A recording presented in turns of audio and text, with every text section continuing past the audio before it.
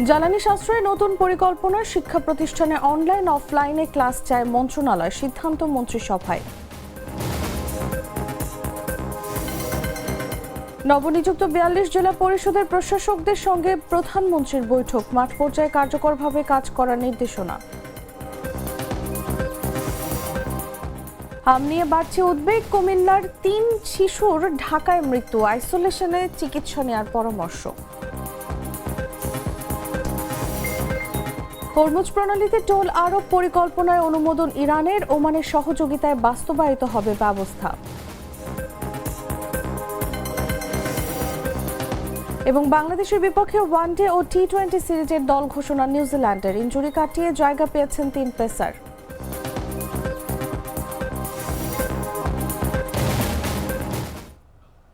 এতক্ষণ শুনছিলেন সংবাদ শিরোনাম। দর্শক, আমন্ত্রণ দুপুর ১টা নিউজে, সাথে আছি আমি তাসলিমা তিথি। লাল সরিষার দানা থেকে তৈরি হয় প্রাণ সরিষার তেল, আসল ঝাঁঝে আসল স্বাদে। চলে যাচ্ছি পুরো খবরে। বৈশ্বিক জ্বালানি সংকট ও হামের প্রাদুর্ভাবের কারণে সব মহানগরীর স্কুলের ক্লাস অনলাইন ও অফলাইনে দুই মাধ্যমে নেওয়ার চিন্তা করছে শিক্ষা মন্ত্রণালয়। তবে এ বিষয়ে চূড়ান্ত সিদ্ধান্ত নেবে মন্ত্রিসভা। মঙ্গলবার সচিবালয়ে প্রধানমন্ত্রী তারেক রহমানের সঙ্গে বৈঠকের পর সাংবাদিকদের এ তথ্য জানান শিক্ষামন্ত্রী এহসানুল হক মিলন। তিনি বলেন, বেশিরভাগ অভিভাবক চাচ্ছে অনলাইনে ক্লাস করার, কিন্তু সরকার চাচ্ছে অনলাইনের পাশাপাশি অফলাইনে ক্লাস নেয়ার। তাই সপ্তাহে কতদিন অনলাইন আর কতদিন অফলাইনে ক্লাস নেওয়া হবে তা নির্ধারণ করে প্রস্তাব প্রস্তুত করা হবে। চূড়ান্ত সিদ্ধান্ত মন্ত্রিসভা দেবে বলেও জানান শিক্ষামন্ত্রী। সাধারণত প্রতি বৃহস্পতিবার মন্ত্রিসভার বৈঠক হয়, সে হিসেবে আগামী ২রা এপ্রিল সচিবালয়ে মন্ত্রিসভা বৈঠক অনুষ্ঠিত হবে। মন্ত্রিসভার বৈঠকে সভাপতিত্ব করবেন প্রধানমন্ত্রী।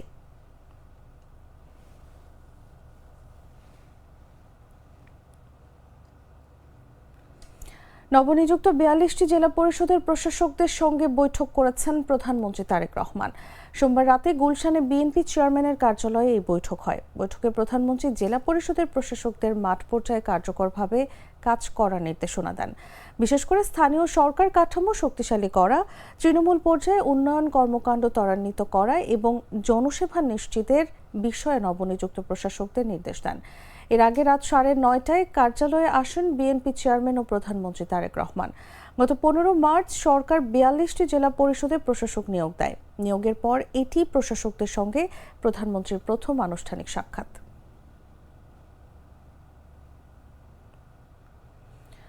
হামে আক্রান্ত হয়ে কুমিল্লার ৩ শিশুর মৃত্যু হয়েছে ঢাকায় চিকিৎসাধীন অবস্থায়। গেল 1 মাসে জেলায় আক্রান্তের সংখ্যা বেড়ে যাওয়ায় স্বাস্থ্য বিভাগে উদ্বেগ তৈরি হয়েছে।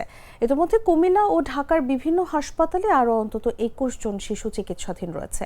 পরিস্থিতি মোকাবেলায় আক্রান্তদের আইসোলেশন, টিকাদান এবং বিশেষ ওয়ার্ড চালুর মতো পদক্ষেপ নেওয়া হয়েছে বলে জানিয়েছে স্বাস্থ্য কর্তৃপক্ষ। হামে আক্রান্ত কুমিল্লার ৩ শিশু ঢাকায় মারা গেছে বলে জানিয়েছে জেলা সিভিল সার্জন অফিস। এছাড়া কুমিল্লা ও ঢাকার বিভিন্ন হাসপাতালে আরও অন্তত ২১ জন শিশু চিকিৎসাধীন রয়েছে।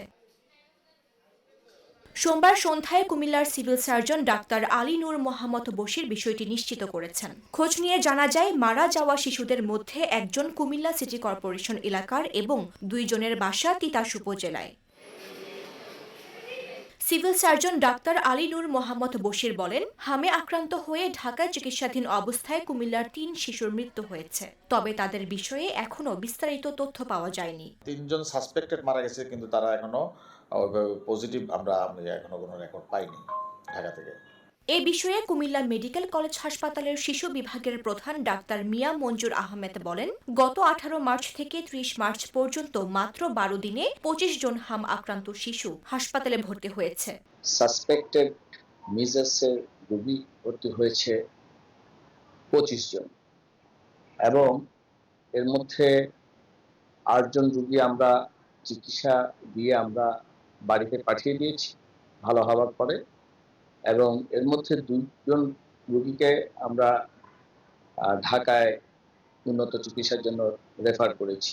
এদের মধ্যে 8 জন সুস্থ হয়ে বাড়ি ফিরেছে এবং উন্নত চিকিৎসার জন্য 2 জনকে ঢাকায় পাঠানো হয়েছে। ক্ষেত্রে বেডের অসুবিধার জন্য আমি রোগীগুলোকে এখন পর্যন্ত বেডে দিতে পারিনি। কষ্ট করে ওরা ওদের মায়ে অথবা পার্টি দিচ্ছে, ওরা ফ্লোরেই এখন চিকিৎসা নিচ্ছে। বর্তমানে 15 জন শিশু হাসপাতালে নিবিড় পর্যবেক্ষণে রয়েছে। Mr. Noodles, amazing taste. মুন্সিগঞ্জের মাওয়া পদ্মা সেতু এলাকায় গোসল করতে গিয়ে নিখোঁজের পর মোহাম্মদ আরাফাত নামের এক স্কুল ছাত্রের মরদেহ উদ্ধার করা হয়েছে। নিখোঁজে প্রায় ৪৩ ঘন্টা পর মঙ্গলবার সকালে নদীতে ভেসে ওঠে তার মরদেহ। পরে তা উদ্ধার করে স্বজনদের কাছে হস্তান্তর করে ফায়ার সার্ভিস। নিহত আরাফাত শ্রীনগর পাইলট স্কুলের ১০ম শ্রেণীর ছাত্র। বিষয়টি নিশ্চিত করেছেন মুন্সিগঞ্জ ফায়ার সার্ভিসের উপসহকারী পরিচালক মোহাম্মদ শফিকুল ইসলাম। এর আগে গেল ২৯ মার্চ দুপুর ২:৩০টার দিকে স্কুল ছাত্র আরাফাত সহ তার ৪ বন্ধু মাওয়া এলাকায় পদ্মা নদীতে গোসল করতে নামে। এ সময় প্রবল স্রোতের কবলে পড়ে ৩ জন ছাত্র তীরে উঠতে পারলেও আরাফাত নিখোঁজ হয়ে যায়। ঘটনার পরপরই ফায়ার সার্ভিস ও সিভিল ডিফেন্স এবং বাংলাদেশ কোস্ট গার্ড যৌথভাবে উদ্ধার অভিযান শুরু করে। দীর্ঘ সময় ধরে চলা তল্লাশি অভিযানের পর ৩১ মার্চ সকাল ৮টার দিকে পদ্মা সেতুর ৪ নম্বর পিলারের কাছাকাছি এলাকা থেকে তার মরদেহ ভেসে উঠলে তা উদ্ধার করা হয়।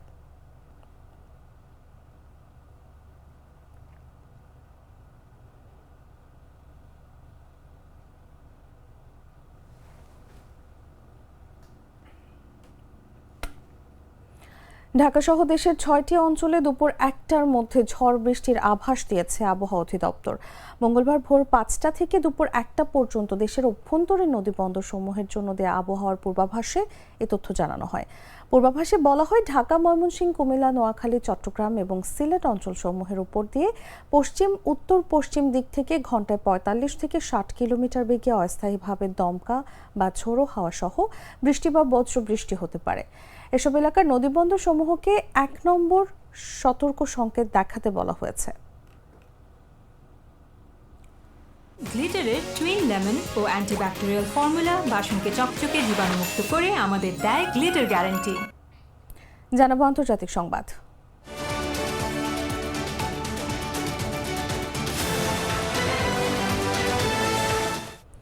বিশ্বের অন্যতম গুরুত্বপূর্ণ জ্বালানি নৌপথ হরমুজ প্রণালীতে জাহাজ চলাচলে নতুন টোল আরোপের পরিকল্পনা অনুমোদন করেছে ইরান। প্রস্তাবনায় যুক্তরাষ্ট্র, ইসরায়েল সহ নিষেধাজ্ঞায় অংশ নেওয়া দেশগুলোর জাহাজ চলাচলে বিধিনিষেধের কথাও বলা হয়েছে।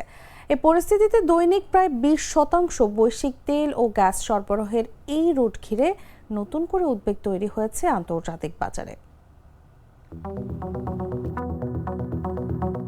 বিশ্বের জ্বালানি তেল ও পণ্য পরিবহনে অন্যতম গুরুত্বপূর্ণ নৌপথ হরমুজ প্রণালী দিয়ে চলাচল করা জাহাজগুলো থেকে টোল আদায়ের পরিকল্পনা অনুমোদন করেছে ইরানের সংসদীয় কমিটি। দেশটির বিপ্লবী গার্ড কোরের সঙ্গে সম্পর্কিত সংবাদ সংস্থা ফার্স এই তথ্য জানিয়েছে। প্রতিবেদনে বলা হয়েছে, ইরানের জাতীয় নিরাপত্তা কমিশনের একজন সদস্য এ পরিকল্পনা অনুমোদনের বিষয়টি নিশ্চিত করেছে। এই পরিকল্পনায় যুক্তরাষ্ট্র আর ইসরায়েলের জাহাজগুলোকে হরমুজ প্রণালী দিয়ে চলাচলে বাধা দেওয়ার কথা উল্লেখ রয়েছে। পরিকল্পনায় আরও বলা হয়েছে, ইরানের বিরুদ্ধে নিষেধাজ্ঞায় অংশগ্রহণকারী অন্যান্য দেশকেও হরমুজ প্রণালী দিয়ে জাহাজ চলাচলে নিষিদ্ধ করা হবে। ফরাসি বার্তা সংস্থা এএফপি জানিয়েছে, হরমুজ প্রণালীতে নতুন টোল ব্যবস্থা ইরানের রাষ্ট্রীয় টেলিভিশন ঘোষণা করেছে। এতে বলা হয়েছে, ওমানের সহযোগিতা নিয়ে এ ব্যবস্থা বাস্তবায়ন করা হবে। হরমুজ প্রণালী দিয়ে প্রতিদিন বিশ্বের প্রায় ২০% তেল ও গ্যাস সরবরাহ করা হয়।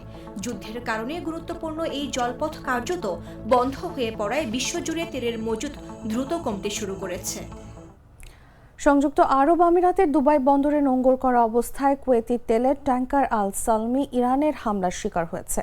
মঙ্গলবার কুয়েত পেট্রোলিয়াম কর্পোরেশন এই তথ্য জানিয়েছে। কেপিসি জানিয়েছে, ঘটনার সময় ট্যাঙ্কারটি সম্পূর্ণ বোঝাই ছিল এবং হামলায় জাহাজটির ব্যাপক ক্ষতি হয়েছে। হামলার পর জাহাজে আগুনও লেগে যায়, যার ফলে আশপাশের পানিতে তেল ছড়িয়ে পড়ার আশঙ্কা রয়েছে। তবে সংগঠনটি জানিয়েছে, এই হামলায় কেউ আহত হয়নি এবং সব নাবিক নিরাপদে আছেন। এই নিয়ে মঙ্গলবার দ্বিতীয়বারের মতো কোনো তেলবাহী ট্যাঙ্কার বা জাহাজে হামলার খবর পাওয়া গেল। এর আগে সংযুক্ত আরব আমিরাতের ৩১ নটিক্যাল মাইল উত্তর পশ্চিমে একটি ট্যাঙ্কারে একটি অজ্ঞাত বস্তু আঘাত হানার খবর পাওয়া যায় এবং সেটিরও সব নাবিক নিরাপদে আছেন। ক্যারিবীয় দেশ হাইতিতে গ্যাং সদস্যদের হামলায় অন্তত ৭০ জন নিহত হয়েছে এবং আরও ৩০ জন আহত হয়েছে। একটি মানবাধিকার সংস্থা এই তথ্য নিশ্চিত করেছে। সংস্থাটি জানিয়েছে, হাইতির শস্য ভাণ্ডার হিসেবে পরিচিত আর্টিবনিত অঞ্চলের পেটিত রিভিয়েরের কাছে হামলার ঘটনা ঘটেছে। এতে 70 জন নিহত এবং 30 জন আহত হয়েছেন। সরকারি হিসেবের চেয়ে এই সংখ্যা উল্লেখযোগ্যভাবে বেশি। সরকারি হিসেবে মৃতের সংখ্যা ছিল মাত্র 16 জন। স্থানীয় বাসিন্দা ও কর্মকর্তারা স্থানীয় গণমাধ্যমকে জানিয়েছেন, রোববার ভোরে জৌদেনির আশপাশের গ্রামীণ এলাকাগুলোতে হামলা শুরু হয় এবং সোমবার ভোর পর্যন্ত তা অব্যাহত থাকে। গ্যাং সদস্যরা এলাকাটিতে হামলা চালিয়ে বাড়িঘরে আগুন ধরিয়ে দেয়। ডিফেন্সর প্লাস নামের মানবাধিকার সংস্থাটি জানিয়েছে, তাদের অনুমান অনুযায়ী এই সহিংসতায় 6000 মানুষ বাস্তুচ্যুত হয়েছেন।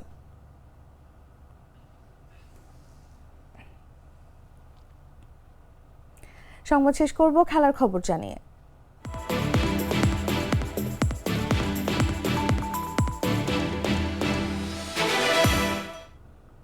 বাংলাদেশ সফরকে সামনে রেখে ওয়ানডে ও টি-20 সিরিজের জন্য 15 সদস্যের দল ঘোষণা করেছেন New Zealand cricket board.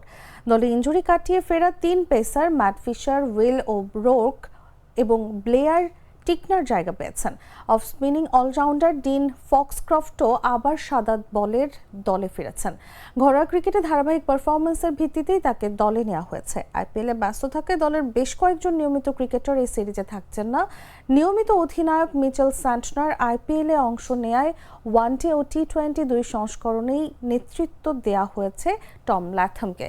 Sri Lanka New Zealand এ দলের সিরিজ শেষ করে মোহাম্মদ আব্বাস, আদিত্য আশোক, ক্রিস্টিয়ান ক্লার্ক ও বেন সুয়ার্স মূল দলে যোগ দেবেন।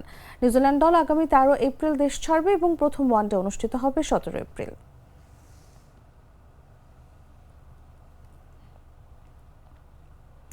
দর্শক, সংবাদ শেষ করার আগে শিরোনামগুলো জানিয়ে দিচ্ছি আরও একবার।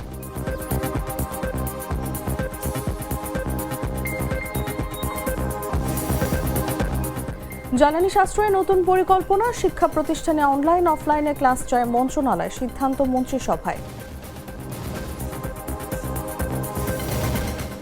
নবনিযুক্ত 42 জেলা পরিষদের প্রশাসকদের সঙ্গে প্রধানমন্ত্রীর বৈঠক, মাঠ পর্যায়ে কার্যকরভাবে কাজ করার নির্দেশনা। হাম নিয়ে বাড়ছে উদ্বেগ, কুমিল্লার 3 শিশুর ঢাকায় মৃত্যু, আইসোলেশনে চিকিৎসা নেওয়ার পরামর্শ।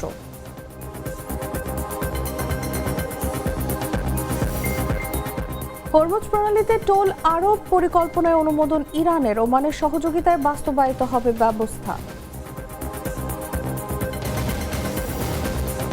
এবং বাংলাদেশের বিপক্ষে ওয়ানডে ও টি-20 সিরিজের দল ঘোষণা নিউজিল্যান্ডের, ইনজুরি কাটিয়ে জায়গা পেয়েছেন 3 পেসার।